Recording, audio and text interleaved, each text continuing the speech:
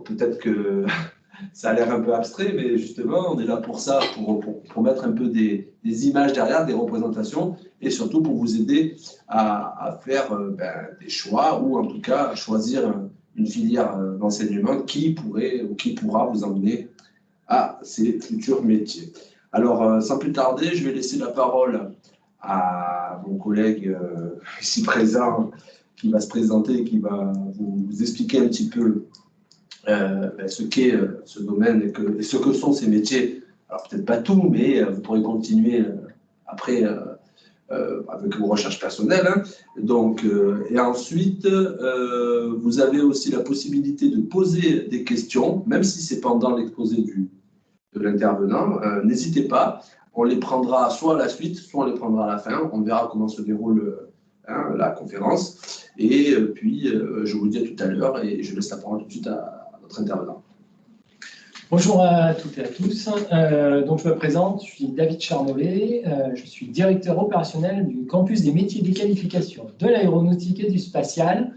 Alors, un petit focus d'abord sur les campus. Un campus, c'est quoi? C'est en fait un réseau d'établissements de formation scolaire, formation à l'apprentissage, formation continue, dans des filières, en l'occurrence la filière aéronautique et spatiale. En Nouvelle-Aquitaine, il y a 2 campus aéronautiques, un campus qui est basé sur l'Académie de Poitiers et un campus qui est basé sur l'Académie de Bordeaux, les 2 travaillant main dans la main sur des métiers complémentaires ou différents ou identiques parfois. Donc la présentation sera, on va dire, en 2 parties. Une partie notamment plutôt tournée sur l'aéronautique et un petit focus sur le spatial où on reprend les points communs, où on évoquera effectivement certains métiers, comme il y a de nombreux métiers, et je vous donnerai des pistes pour pouvoir trouver des éléments de réponse sur les métiers possibles, etc., sachant que l'aéronautique et le spatial, ça représente à peu près 300 formations, tout niveau confondu, de bac, de CAP, bac, au diplôme d'ingénieur. Donc voilà, je touche peut-être la présentation. Donc la filière aéronautique et spatiale. Donc on se retrouve aujourd'hui dans le cadre du FOF. Quelques chiffres pour pouvoir déjà comprendre ce qu'est la filière aéronautique. D'habitude, je pose des questions, c'est vrai que c'est un peu perturbant, on va dire. Donc l'aéronautique en quelques chiffres. Je ne sais pas si vous, pour le coup, vous avez un ordre d'idée du nombre de passagers dans le monde qui ont été véhiculés donc en 2019, parce que 2020, Covid a fait qu'il y avait forcément beaucoup moins de passagers. Donc pour le coup, je vous laisse peut-être quelques secondes de réflexion en nombre de passagers, ce que ça peut représenter dans le monde sur une année.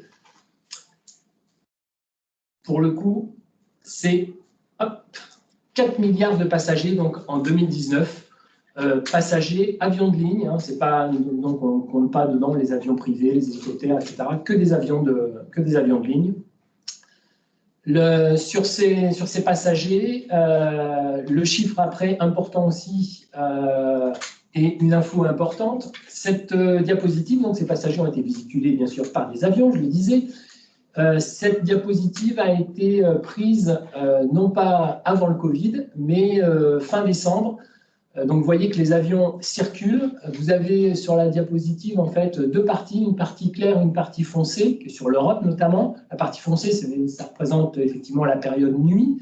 Donc vous voyez que les avions volent, c'est pris à un instant T. La photo, je crois que la capture d'écran que j'ai réalisée a été faite sur les coups de 19 h, je crois, quelque chose comme ça. Donc vous voyez que ces avions volent toujours.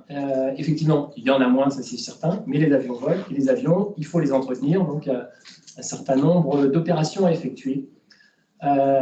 Donc, un autre chiffre, le nombre d'avions de ligne dans le monde, eh ben, c'est 20 000 avions de ligne, que des avions de ligne. Encore une fois, je ne compte pas les hélicoptères, je ne compte pas les avions privés, donc ce qui représente un nombre assez considérable, sachant qu'avant le Covid, dans les projections, nous étions dans les 15 ans à venir, plus 20 000, donc on était à 40 000. Forcément, là, le chiffre sera revu à la baisse, avec notamment aussi l'avion plus vert. On y reviendra un petit peu plus tard. Maintenant, on va faire un petit focus, donc on a vu le monde, un petit focus sur la France, et notamment, alors pas sur le nombre d'avions de ligne que possède la France, mais à votre avis, combien d'aéronefs? Alors on entend par aéronef, avion, avion de ligne, avion de chasse et hélicoptère. Combien la France possède donc d'aéronefs? Je vous donne la réponse. C'est 1500 aéronefs. Donc, encore une fois, avions de chasse, hélicoptères, qui dépendent que ce soit l'armée de l'air, la marine ou l'armée de terre qui en possède aussi. Donc, c'est 1500. Toujours encore, ces 1500, il faut les entretenir, les réparer, les changer, donc en construire des nouveaux, etc.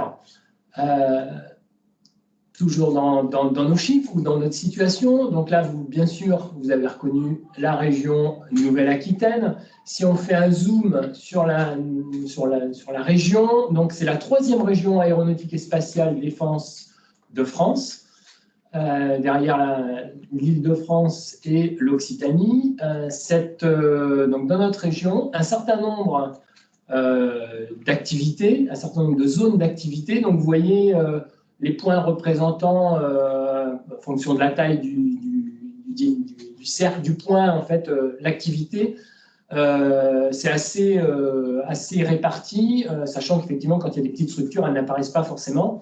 Mais tout ça pour vous montrer qu'il y a effectivement de nombreux points d'activité importants autour de l'aéronautique.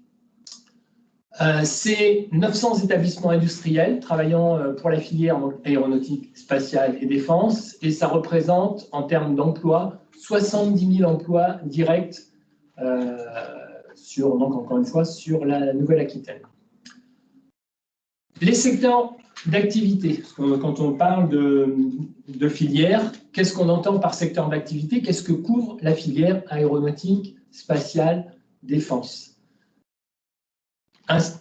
Forcément, on l'a évoqué, la première chose qui contient forcément, qui est dans la filière, c'est tout ce qui est en fait avions, civils et militaires. On les a vus, on en a parlé un peu aussi. Donc il y a aussi, bien sûr, les hélicoptères. Donc là, c'est à peu près classique, une fois qu'on a fait les avions et les hélicoptères.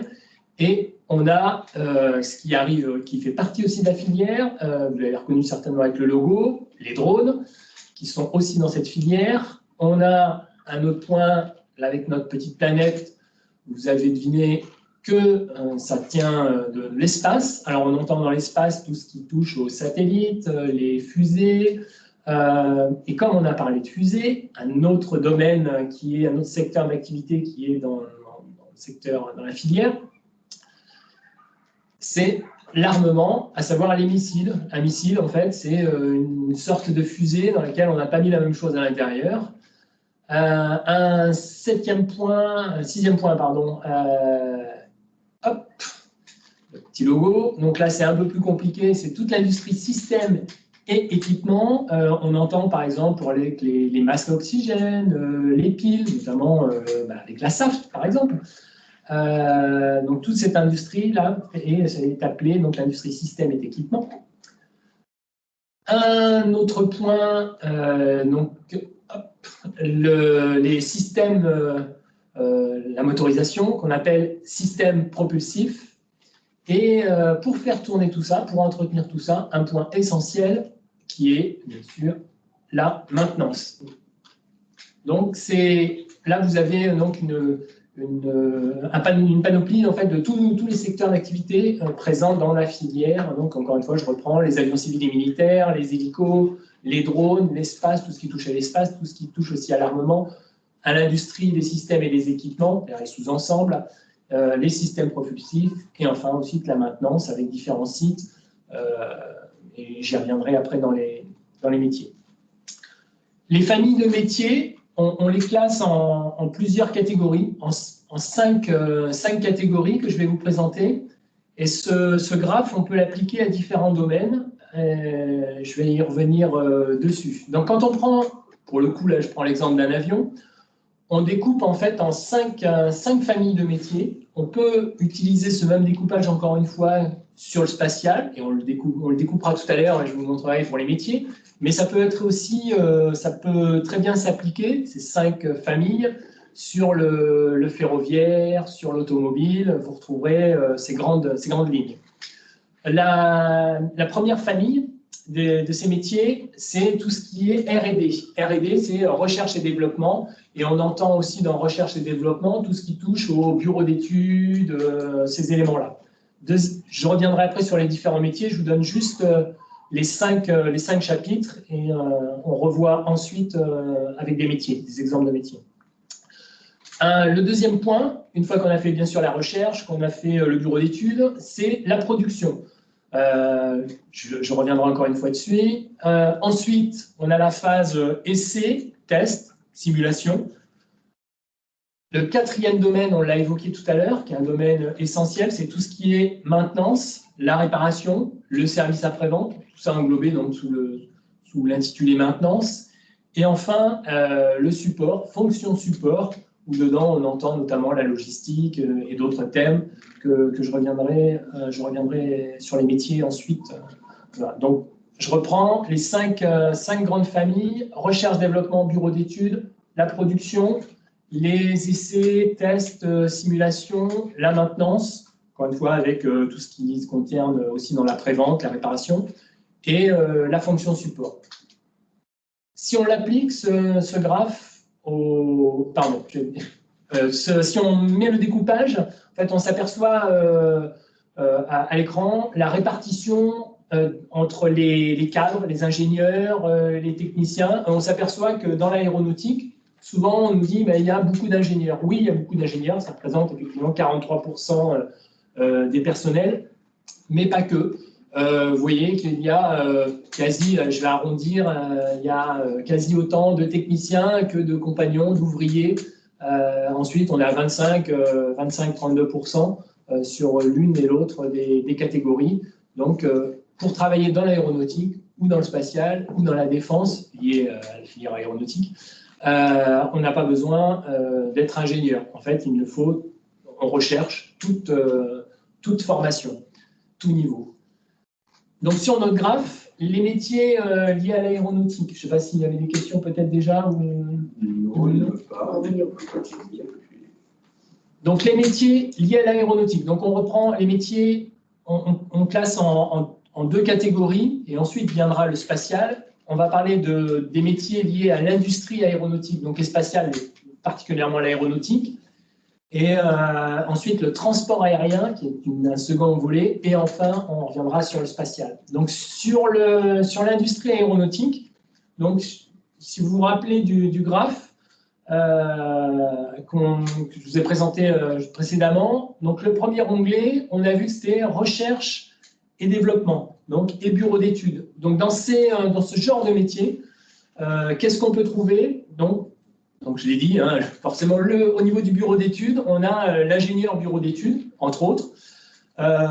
Qu'est-ce qu'on entend dans recherche, développement et bureau d'études qui peut en découler d'autres métiers? C'est l'avion de demain, le rendre plus propre, le rendre plus léger aussi.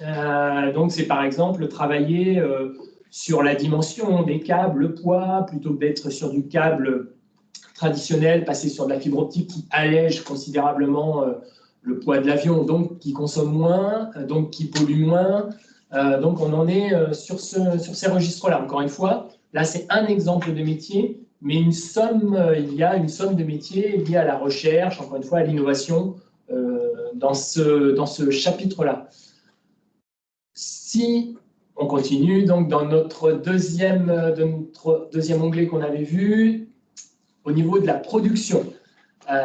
Sur la production, pour le coup, on entend dans production la fabrication, donc ça va du technicien, du chaudronnier, du mécanicien, du peintre aéronautique, de l'ingénieur industrialisation, du responsable d'unité de production. Donc on a une somme de métiers. Sur le graphe, je vous indiquerai en fin de présentation là où vous pouvez retrouver des éléments on a sur le bas de la diapo, vous voyez les niveaux par couleur, si c'est du bac plus 1, du bac plus 2 et bac plus 5 ou plus. Sachant qu'encore une fois, on s'aperçoit là dans la production qu'on touche à peu près à tous les niveaux, allant du CAP au bac plus 5, voire plus. Donc production, on est sur de encore une fois, de la fabrication, y compris sur des pièces neuves, parce qu'un avion, pour pouvoir voler, donc il faut déjà qu'il soit construit, et une fois qu'il est construit, pour pouvoir continuer à voler correctement, on lui fait sa maintenance, et quand on lui fait sa maintenance, on a des pièces à changer, donc forcément des pièces à fabriquer. En termes d'éléments aussi ou de chiffres importants, un avion, si on prend un Airbus, c'est 80% de pièces assemblées pour 20% de pièces réellement fabriquées. Alors, ce sont des pièces assemblées, donc fabriquées aussi, hein, mais on construit les usines Airbus, le plus gros du travail, assemble les éléments qui sont fabriqués sur différents sites, différentes pièces. Donc, la fabrication importante. Assemblage par Airbus, encore une fois par exemple, seulement 20%. On arrive sur le troisième point, qui sont les essais, les tests et la simulation. Donc, on a fait les recherches, on a développé, on a fabriqué, et donc on arrive à la phase essai-test pour voir si tout ce qu'on a réalisé, tout ce qu'on a pensé, mais effectivement, ça fonctionne bien. Donc, quand on sort un avion, il y en a toujours des avions d'essai, entre guillemets, des modèles 0 ou des modèles 1. Donc, avec différents métiers, ingénieur d'essai, technicien d'essai. Là aussi, on s'aperçoit que forcément, niveau ingénieur, bac plus 5. Technicien, on peut être sur du bac plus 2, bac plus 3. On entend par technicien d'essai, sont des suite à un BTS, par exemple électronique, ou un DUT lié à l'électronique ou à l'électrique, par exemple, mais pas que, hein, parce que forcément il y a des essais sur la partie électrique, des essais sur les matériaux, sur ces différents éléments-là. Une fois donc on a, encore une fois je reprends, passé le bureau d'études, la production, les essais, donc les avions sont lancés ou l'hélico fonctionne, on se retrouve pour le coup, c'est où il faut entretenir ces aéronefs. Donc pour le coup on effectue la maintenance. Petite maintenance, grande maintenance, ça fait partie des termes. Donc on a du mécanicien, par exemple du bac pro aéronautique, système, mais on a du technicien aussi, ingénierie de maintenance, ou même de l'ingénieur maintenance aussi, hein. Enfin, on a différents niveaux et différentes possibilités liées. La maintenance, ça s'effectue ou dans un hangar, généralement, ou sur piste, ça peut être aussi un des éléments. La maintenance, on coupe un aéronef, avion hélico, pour le coup, en 3 parties. La partie avionique, c'est tout ce qui est électrique, électronique. La partie structure, c'est le châssis, le fuselage, la carrosserie de l'aéronef. Et enfin, la partie système, qu'on appelait il y a quelques années la partie cellule. C'est toutes les pièces en mouvement, c'est le train d'atterrissage, ce sont les portes, ce sont les volets, la pompe à carburant, tous ces éléments-là, en fait. Donc, une fois qu'on a rassemblé ces 3 parties, système, structure et avionique, composent en fait un aéronef. Donc, des spécialités encore différentes aussi au niveau de la maintenance. Et enfin, on arrive sur le 5e onglet, pardon, la fonction support. On entend dans la fonction support tout ce qui est une partie qualité, de vérification, une fois qu'on a fait les maintenances, de suivi, ce qu'on appelle suivi par exemple de navigabilité, savoir à quel moment on change les pièces, etc. La partie commerciale, en fait, qui est la partie support client pour suivre effectivement ces aéronefs, prévenir le client pour dire attention, là il faut changer telle pièce. Comme le font certaines structures, je pense notamment pour des gros avions comme Sabena Technics, qui est basé à banlieue bordelaise à Mérignac, mais on a aussi DFS, c'est Dassault Falcon Service, qui est le Noroto du jet. Il y a une implantation au Bourget, Paris, et une implantation aussi à Mérignac. Et ces entreprises-là ont besoin forcément de pièces donc de logistique aussi. Et ces pièces, encore une fois, on revient à quelques onglets précédemment, qui ont été fabriquées, testées à un moment donné. Là, avec cette cartographie, on a parcouru quelques exemples de métiers, encore une fois, sachant qu'il y en a une somme. Encore une fois, j'insiste sur le fait que dans chaque onglet, vous avez différents niveaux, différentes compétences. On a parlé, pour le coup, on n'a pas encore évoqué quelles compétences sont nécessaires pour travailler dans ces métiers-là. Alors, ce qui est important, alors il y a plein de choses qui sont importantes. Déjà, le savoir-être, qui est vraiment essentiel. Et au-delà de ça, l'anglais. Pourquoi? Parce que l'anglais, c'est la langue internationale de l'aéronautique, ce qu'on appelle les cartes de travail, pour pouvoir changer des pièces. Tout ça, c'est en anglais. Quand vous communiquez entre différentes personnes, souvent l'aéronautique, c'est au monde européen, voire international, ben on communique en anglais. Les notices techniques sont en anglais. Les notices de maintenance sont en anglais, donc l'anglais est primordial. À ça vient aussi s'ajouter effectivement le français. Alors pourquoi le français est essentiel? Parce que pour le coup, vous avez des comptes rendus à effectuer quand vous faites des interventions, quel que soit votre poste, vous rendez compte, ce qui est important de rendre compte en aéronautique, d'une traçabilité. On retrouvera la même traçabilité en médecine.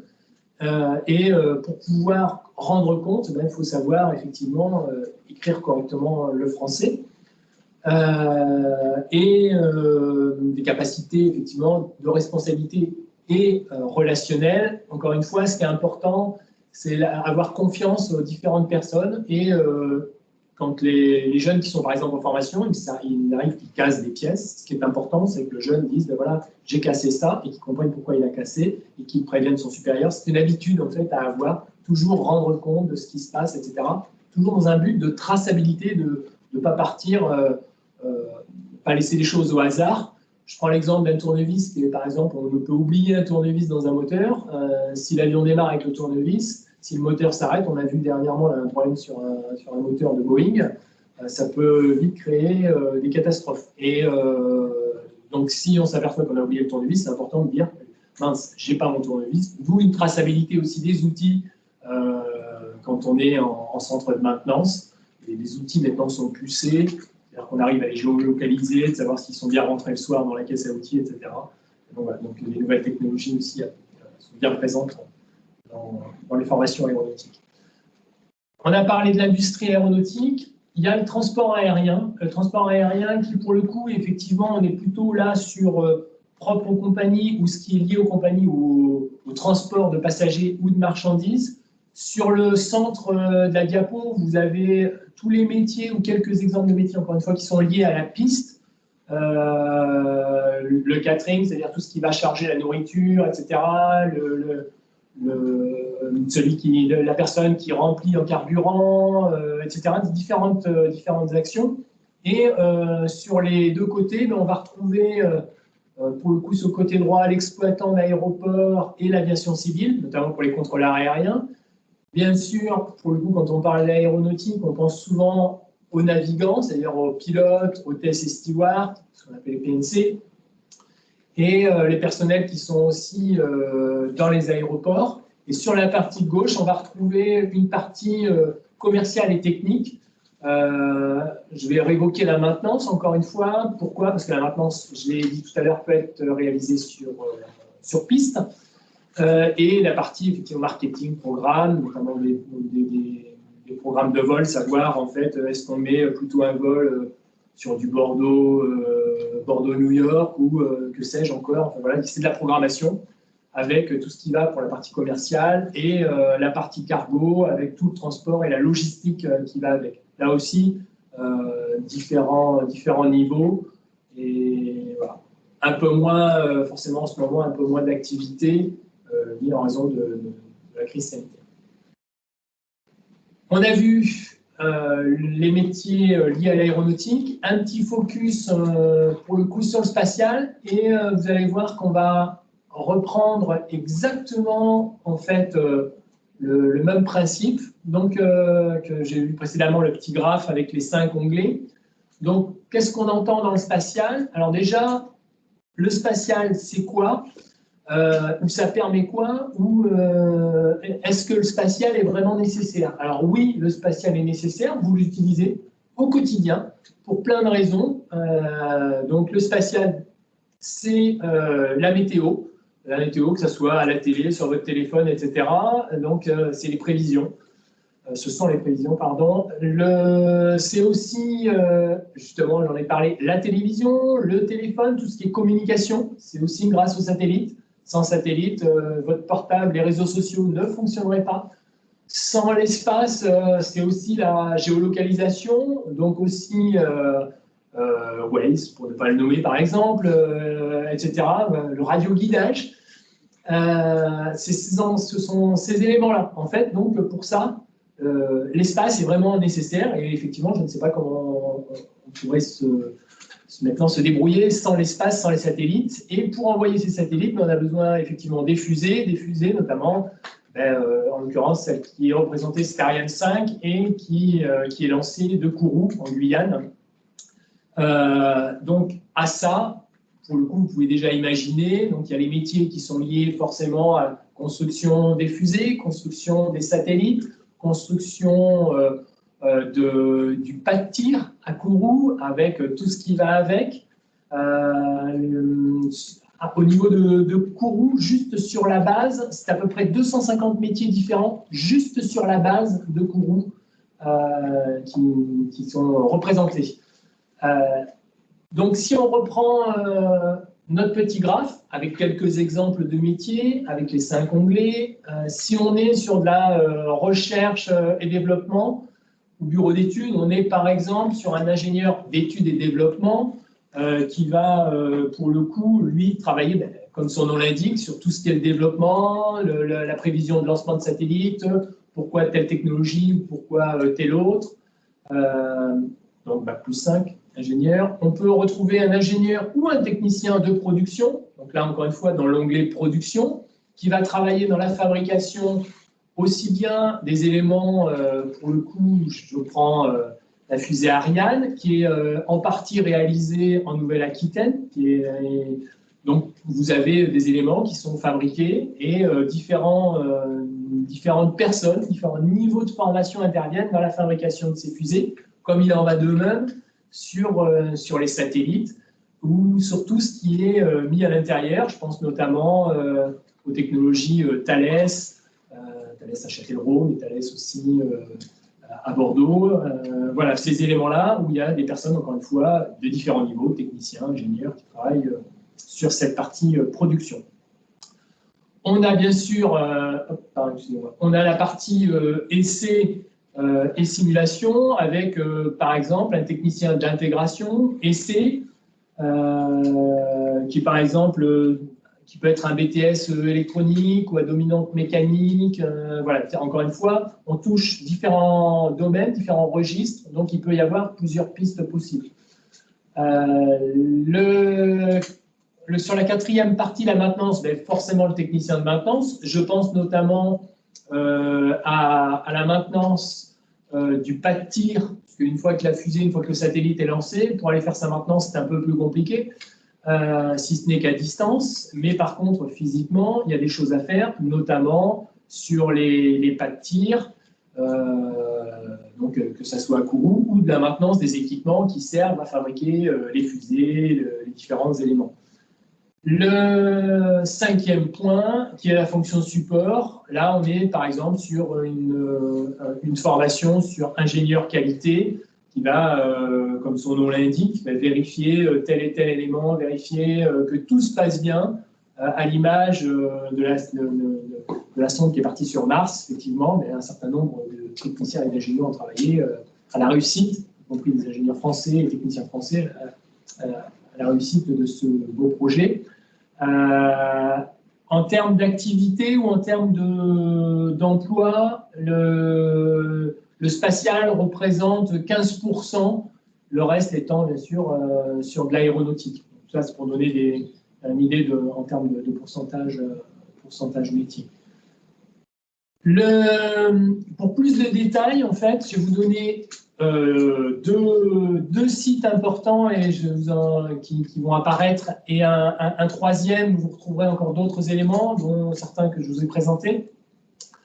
Le premier site, je vous invite à voir, c'est le site d'Air Emploi, qui, pour le coup, reprend un certain nombre de métiers, là, proprement parlé, sur de l'aéronautique, va un peu sur le spatial, mais ce n'est pas son cœur de métier. Vous retrouverez vraiment un nombre considérable, je ne vais pas dire tous, mais pratiquement, avec les formations qui vont avec, les métiers, encore une fois, liés à l'aéronautique, au transport aérien, donc Air Emploi.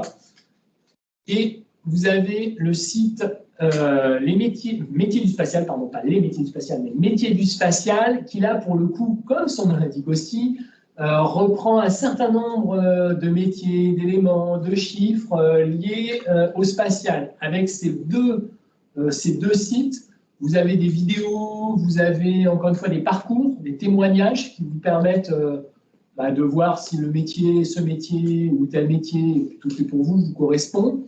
Et un troisième site que je n'ai pas mentionné, c'est le site du GIFAS, qui est le groupement des industriels français de l'aéronautique et du spatial. Pour le coup, vous retrouverez des éléments chiffrés sur la filière et avec des liens, vous retrouverez de toute façon des liens vers les métiers du spatial et vers le site aussi d'Air Emploi. Donc ces deux sites, métiers du spatial et Air Emploi, compléteront cette présentation, et encore une fois avec des témoignages métiers, des témoignages de formation. Un petit focus sur la formation, un graphe que vous connaissez, on a dû déjà vous montrer plusieurs fois. Pourquoi je le représente? Tout ça pour vous dire, effectivement, la fonction des élèves que j'ai en face, que je ne sais pas si vous êtes plutôt en troisième ou plutôt au collège ou plutôt au lycée. Effectivement, deux voies, la voie générale et technologique et la voie professionnelle. Ce qui est important, c'est que vous pouvez ne pas être certain de votre parcours, mais ce que permet maintenant le système, c'est des passerelles, et de nombreuses passerelles. C'est-à-dire de passer, je prends l'exemple par exemple d'un jeune qui fait par exemple un BTS aéronautique. S'il souhaite continuer, il peut continuer par exemple sur la partie droite, en bleu, une licence pro aéronautique, maintenance aéronautique. Et s'il souhaite aller plus loin, rien ne l'empêche de rattraper en fait un cursus ingénieur derrière. Tout est possible, encore une fois, c'est juste une question effectivement à la fois d'envie, à la fois de déclic à un moment donné. Donc voilà, donc il y a différents. Ce qui est important, c'est vraiment cette histoire de passerelle. Écoute, je vais poser une question. Oui.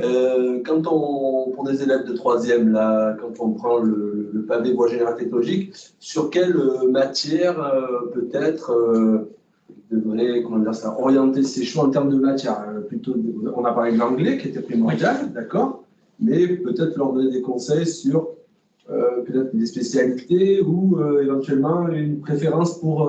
Alors dans les matières, effectivement, le scientifique ressort évidemment, donc notamment pour le coup, que ça soit école d'ingé, mais que ça soit aussi pour le coup côté BTS, j'entends BTS aéronautique ou tout ce qui a une coloration aéronautique, le scientifique est vraiment essentiel, au-delà effectivement du français, de l'anglais. Voilà, la partie scientifique, maths, sciences est vraiment essentielle à un parcours aéronautique et spatial. Encore une fois, si on part, parce qu'il y a des métiers, par exemple, comme acheteur, effectivement, le scientifique sera un peu moins regardé. Mais si on part sur des métiers technicien d'essai ou que sais-je, forcément, là, on sera plus sur le côté scientifique et industriel. D'accord. Donc, encore une fois, vous pouvez prendre différents chemins. Si vous avez l'envie, il faut y aller. Il faut toujours viser la Lune, même si vous atteignez les étoiles, c'est toujours bien. Et vous avez toujours des possibilités, y compris, pour le coup, je dis, y compris en formation continue, parce que vous avez de nombreuses formations qui existent maintenant et pour se former tout tout au long de la vie. Merci à vous de m'avoir écouté. Si vous avez des questions, n'hésitez pas. Je suis tout à votre écoute. Et voilà. Est-ce qu'il y a des questions que vous aimeriez poser? Allez-y, parce que sinon je vais en poser, mais sinon n'hésitez pas sur le chat à poser des questions, même si elle vous paraît un peu anodine, mais une question elle reste une question. Donc allez-y, on attend 2 minutes, sinon on va essayer de faire avancer le débat. Hein. Alors moi, pendant que les questions se déclenchent, moi j'avais lu, bon on a un diplôme, on peut avoir un CAP, un bac pro, un BTS, un DUT, enfin j'entends, hein. Et est-ce que le jeune apprend tout sur place ou est-ce qu'il y a aussi un savoir-faire qui s'acquiert avec la pratique, parce qu'on est quand même dans un domaine particulier, on n'est pas... Voilà, quand vous dites maintenance, la maintenance, il y en a partout. Quelqu'un qui a son frigo en panne, c'est de la maintenance. Voilà. Donc, est-ce qu'on peut justement commencer par quelque chose et après, une fois qu'on est dans le métier, pour des jeunes qui ne seraient pas trop scolaires, on va dire, avoir une progression de carrière à l'interne et puis apprendre des choses à l'interne. Si vous voulez dire 2-3 mots sur ça. Oui, alors pour le coup, un petit focus sur la maintenance aéronautique, proprement dit. Alors généralement, les techniciens de maintenance, on va dire que le cheminement logique, c'est un bac pro aéronautique, option ou système ou avionique, donc plutôt pièces en mouvement ou électrique électronique. Donc il fait son bac pro. À l'issue de son bac pro, une mention complémentaire, soit avionique, soit pour le coup moteur turbine, etc. Il y a différentes variantes.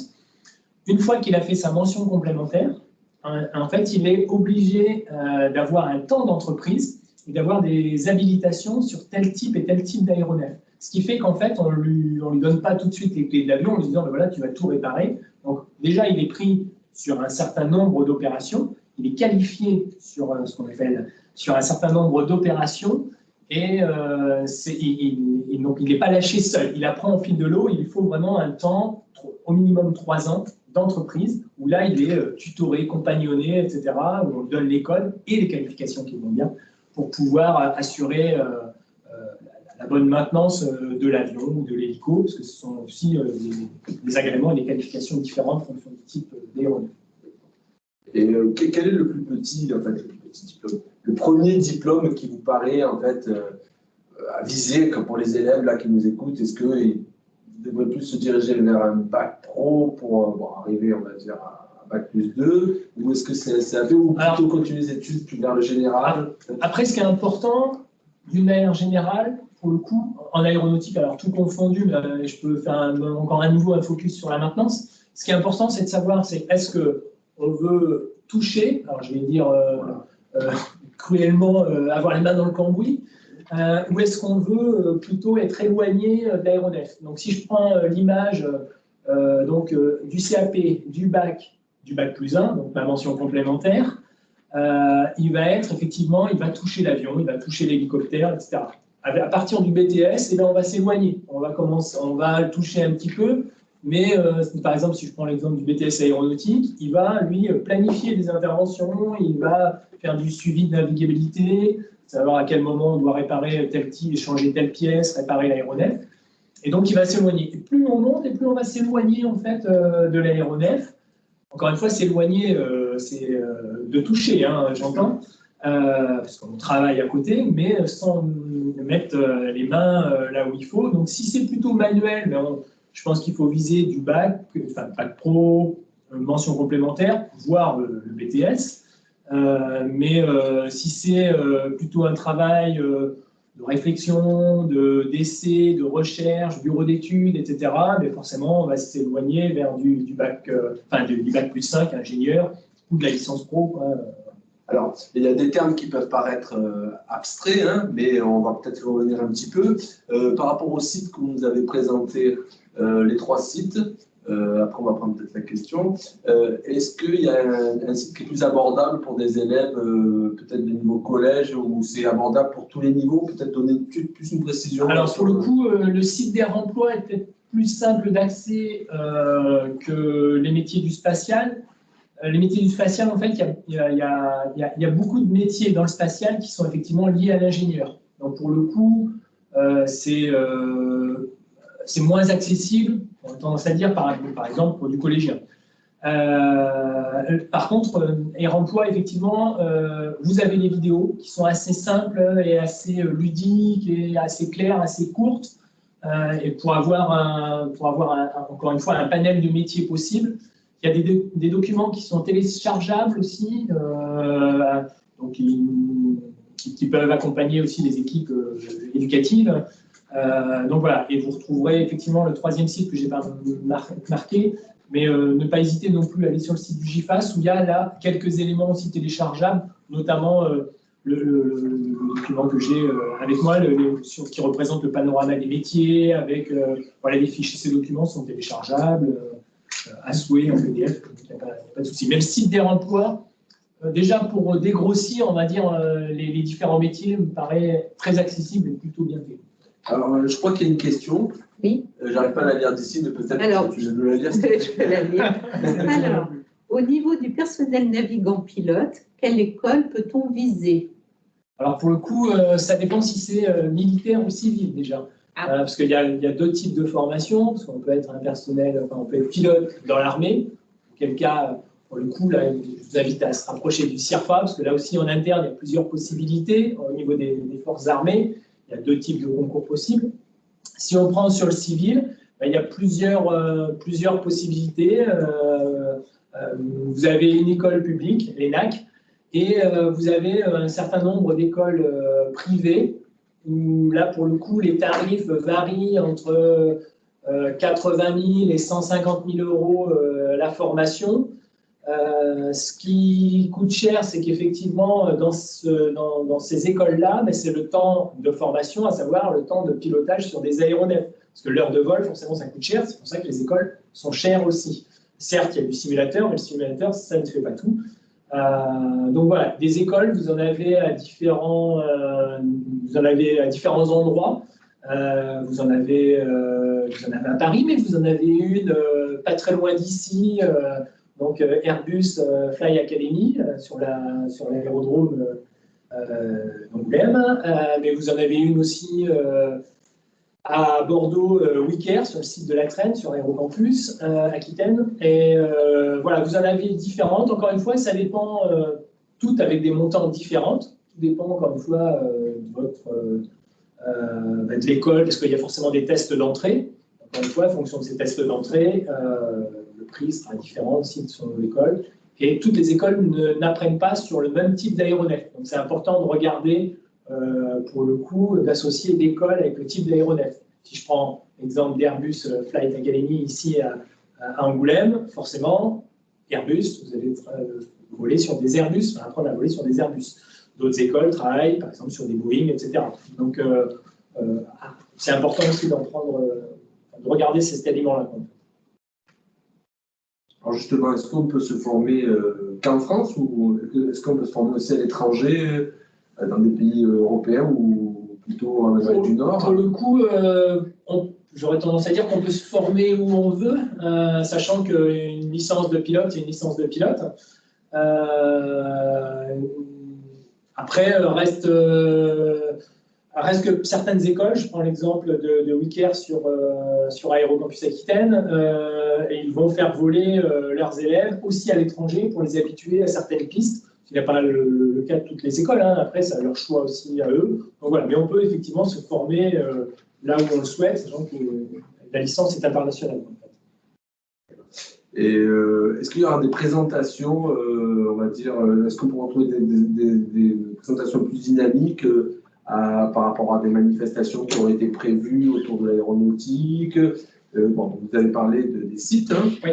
Est-ce qu'il y a quelque chose qu'on peut retrouver sur YouTube? Ou est-ce qu'il y a des choses qui vont être mises en place cette année ou l'année prochaine autour de cette filière pour justement la faire un peu mieux connaître? Parce que je sais que cette année, il va y avoir quelque chose sur le campus, sur l'aéroport d'Angoulême-Brie. Ouais. Ça ne s'est pas fait à cause de... Est-ce que ce genre d'opération... Alors, normalement, il y avait en juin, il va y Voilà. avoir le Salon du Bourget aussi, qui est le plus gros rassemblement international. Donc, Bourget, à côté de Paris, un aéroport de Paris. Et donc, ça a lieu tous les 2 ans. Effectivement, il devait avoir lieu là. Il n'aura pas, hélas, il n'aura pas lieu. Ça reste un des rassemblements qui est le plus important, puisque pour le coup, ça touche tous les domaines de l'aéronautique et du spatial, avec tous les corps de métier. Donc ça reste vraiment un élément essentiel. On peut retrouver des éléments et donc des contacts aussi sur le site du Salon du Bourget, même si le salon n'a pas lieu, il y a quand même des liens, avec, encore une fois, des renvois. Et ces renvois, vous les retrouverez aussi sur le site, encore une fois, du GIFAS, G-I-F-A-S. Vous avez tous les éléments et, encore une fois, qui seront aussi en lien, puisque que ce soit le GIFAS, que ce soit Air Emploi ou que ce soit les métiers du spatial, le monde aéronautique et spatial est un petit monde et tout le monde travaille ensemble, en fait. Donc voilà, effectivement, mais il n'y a pas de... il y a une somme, quand on regarde sur YouTube, il y a une somme de vidéos possibles, que ce soit sur le métier de pilote, que ce soit alors après à chacun de faire la part des choses. Mais n'hésitez pas à passer, encore une fois, vers des sites dans lesquels ces films ou ces vidéos, ou en tout cas ces renseignements sont classés. Ça vous permet d'avoir d'autres éléments avec. En fait, encore une fois, j'insiste, je ne suis pas commissionné. Le site d'Air Emploi, mais qui est relativement bien fait. je crois qu'il y a une question. Voilà, une nouvelle question du collège Alfred de Vigny. Bonjour, y a-t-il des stages à l'étranger pour les métiers au niveau spatial dans certaines écoles? Alors, tout dépend en fait du niveau. En bac pro, il y a on va commencer. Alors effectivement, il y a le stage de 3e déjà. Le stage de 3e à l'étranger, ça paraît un peu compliqué. On va parler donc des bacs pro. Un bac pro, sur ces 3 années, il a 22 semaines de stage en entreprise.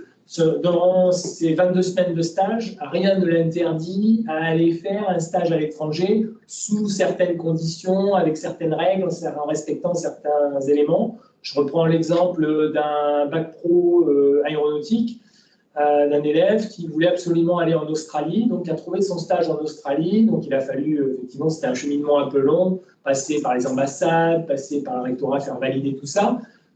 Mais il a été faire son stage en Australie. Tout ça pourquoi? Pour travailler à la fois son anglais et travailler les techniques aéronautiques. Donc il y a les possibilités déjà à partir du bac pro. Après, forcément, plus vous montez, je vais aller directement au niveau ingénieur, et forcément, c'est plutôt bien d'aller faire un passage à l'étranger, encore une fois, ne serait-ce que pour travailler la langue, et c'est vraiment essentiel.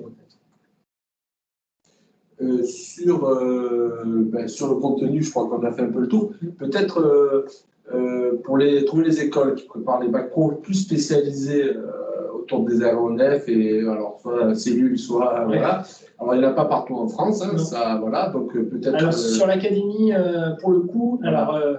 Alors sur l'académie, vous avez le lycée Marcel Dassault de Rochefort, voilà, qui propose le bac pro structure. Après, vous en avez aussi sur l'académie de Bordeaux. Donc, vous avez le lycée Flora Tristan, qui est à Camblin-et-Ménac, qui propose l'avionique et le système, donc électrique et puis les pièces en mouvement. Vous avez aussi l'apprentissage, mais je reviendrai sur l'apprentissage après. Vous avez le lycée Jean Taris à Pérorade, qui propose les 3 options pour le coup: système, donc les pièces en mouvement, avionique, électrique, électronique, et structure, le chaudronnier, carrossier de l'aéronef. Donc, il propose les 3 options en scolaire. Au niveau apprentissage, ce qu'il faut savoir, c'est que souvent, le contrat d'entreprise s'engage souvent quand vous avez 18 ans ou proche des 18 ans. Donc, pour le coup, c'est quasi impossible, pour ne pas dire impossible, de trouver un contrat d'apprentissage en sortie de 3e pour un bac pro aéronautique. Souvent, d'ailleurs, le bac pro aéronautique, s'il y a l'exemple de ce qui est proposé sur l'Académie de Bordeaux, le bac pro aéronautique en apprentissage arrive après un autre parcours. C'est-à-dire que le jeune a fait ou un autre bac, quel que soit le bac pro ou pas bac pro, hein, et repart vers l'aéronautique ensuite. Possibilité d'ailleurs de le faire, ce bac pro, en 1 an, plutôt que de le faire en 3 ans, parce que s'il a déjà un bac ou un bac pro, il y a des choses qu'il a déjà faites, donc on lui fait plus que passer la partie professionnelle aéronautique qui peut se faire en 1 an, ou sur Bordeaux, sur Peroral. Donc voilà, différentes spécialités. Au niveau du BTS, pour le coup sur la Nouvelle-Aquitaine, 2 BTS aéronautique. Au lycée Marcel Dassault de Rochefort et au lycée Flora Tristan de Camblaine-et-Ménac, Bordeaux, donc en statut scolaire. Et vous avez aussi une part apprentissage sur les 2 établissements. Donc voilà. Après, si on monte licence pro, pour le coup, vous avez la licence pro qui est à l'Université de Bordeaux, licence pro maintenance aéronautique. Et puis après, les écoles d'ingénieurs, vous en avez sur Poitiers, vous en avez, là, c'est un peu plus, il y en a un peu, elles sont un peu plus nombreuses, mais encore une fois, tout dépend quelle spécialité ou quelle option vous choisissez. Et donc là, pour le coup, ça reste à affiner derrière. Donc pour les jeunes qui souhaiteraient comment dire ça, s'orienter vers la filière professionnelle dans ce domaine-là, on voit que les formations existent pas très loin de la Charente, hein, donc ça fait pas trop longs trajets, mais bon, il ne faut pas que ça soit un frein à votre mobilité. Voilà. Pour le coup, je rebondis sur la mobilité. Voilà, ça c'est important. Voilà. En aéronautique, effectivement, on attend souvent à ce que les jeunes soient mobiles, puisque on s'en aperçoit, en fait, les jeunes qui sont en formation, proprement dit, bac pro aéro en tout cas, viennent d'un peu partout de la région, voire plus loin, et voire de l'étranger pour certains. Et donc, pour le coup, c'est important d'être mobile, y compris d'ailleurs quand vous arrivez au stage, parce que vous n'allez pas faire l'entreprise aéronautique, n'est pas forcément juste à côté de chez vous. Donc voilà, donc, c'est aussi une des qualités.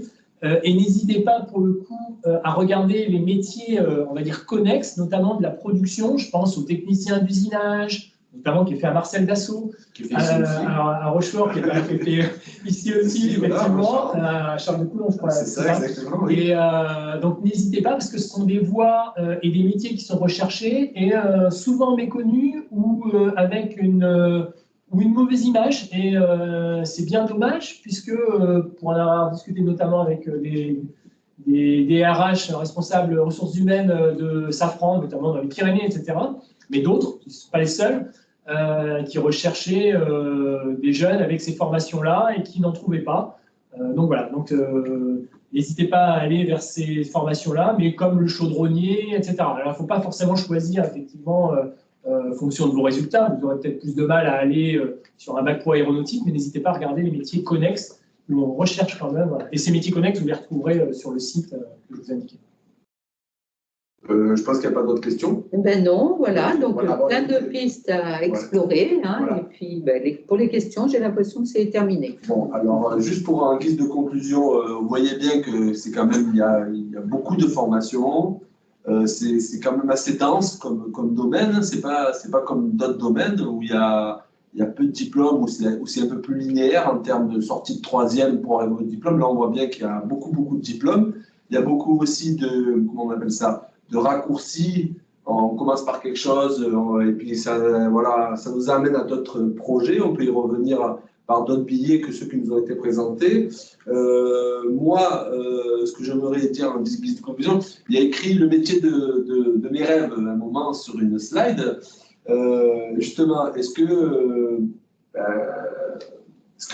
ça reste du rêve ou est-ce que c'est vraiment réalisable pour des jeunes pour qui l'école, on va dire, pour ceux pour qui l'école s'intéresse? Je vois que le parcours est assez linéaire. Hein. Par contre, pour des élèves qui sont plutôt plus manuels, est-ce que ça peut devenir une possibilité? Pour le coup, oui, je redis, sur les formations connexes, et c'est un métier, enfin, c'est un domaine qui est magique, hein, effectivement, et encore une fois, on recherche, je pense notamment, encore une fois, au CAP peintre aéronautique, mais pas que. Quoi. Donc, pour le coup, pas besoin, encore une fois, d'avoir un grand diplôme ou un diplôme très élevé pour pouvoir accéder à ces domaines-là. Et ça reste un domaine, avant tout, de passionnés. Et souvent, les passionnés communiquent aussi leur passion. Donc, n'hésitez pas, pour le coup, effectivement, dans la mesure du possible, à faire un stage, ne serait-ce que sur un aérodrome, pour les stages de 3e, je pense, si c'est possible, ou encore une fois lié à la fabrication, production. etc. Je pense aussi à la SAFT, par exemple, etc. Encore une fois, il y a plein de formations connexes qui emmènent à l'aéro et si vous avez envie, vous y arriverez. Ouais. Donc, pour continuer votre recherche, vous pouvez aller sur les sites des établissements scolaires qui préparent ces formations par le biais des portes ouvertes. Donc, cette année, elles seront majoritairement de manière virtuelle, mais vous pouvez continuer votre recherche. La conférence est visible en podcast, donc ça, vous aurez toutes les coordonnées. Bien sûr, les sites classiques, ONICEP ou autres, pour continuer vos recherches. Et surtout, n'hésitez pas à poser des questions aux personnes ressources qui se tournent autour de vous, votre famille, et surtout vos professeurs, vos CPE, les psychologues de l'éducation nationale ou toute autre personne qui pourrait vous amener des informations sur vos métiers, vos futurs métiers. En tout cas, vous étiez en période d'intention de vœux d'orientation. J'espère que ça va vous donner des idées. N'hésitez pas à vous informer pour pouvoir entamer votre troisième phase qui va arriver au mois de mai sur les vœux définitifs et peut-être choisir le métier qui s'adaptera ou au contraire, en tout cas, à votre personnalité et que vous pourrez vous épanouir dans ces futures branches professionnelles qui, à la première lecture, semble un peu, non concrète, mais à force de s'informer, on peut mettre des choses derrière et puis surtout des métiers et des formations. Je vous laisse le dernier mot de la fin, peut-être. Je conclurai par une citation pour ceux, pour le coup, qui ont des résultats un peu compliqués ou qui auraient des difficultés. N'hésitez pas, encore une fois, c'est un domaine qui recrute, c'est un domaine où vous pouvez trouver votre place et un avion décolle toujours face au vent, donc face aux difficultés. N'hésitez pas. Merci. Eh bien, merci à tous de votre participation. Donc, cette conférence a été enregistrée. Les liens seront samedi matin sur le site du FOF. Au revoir.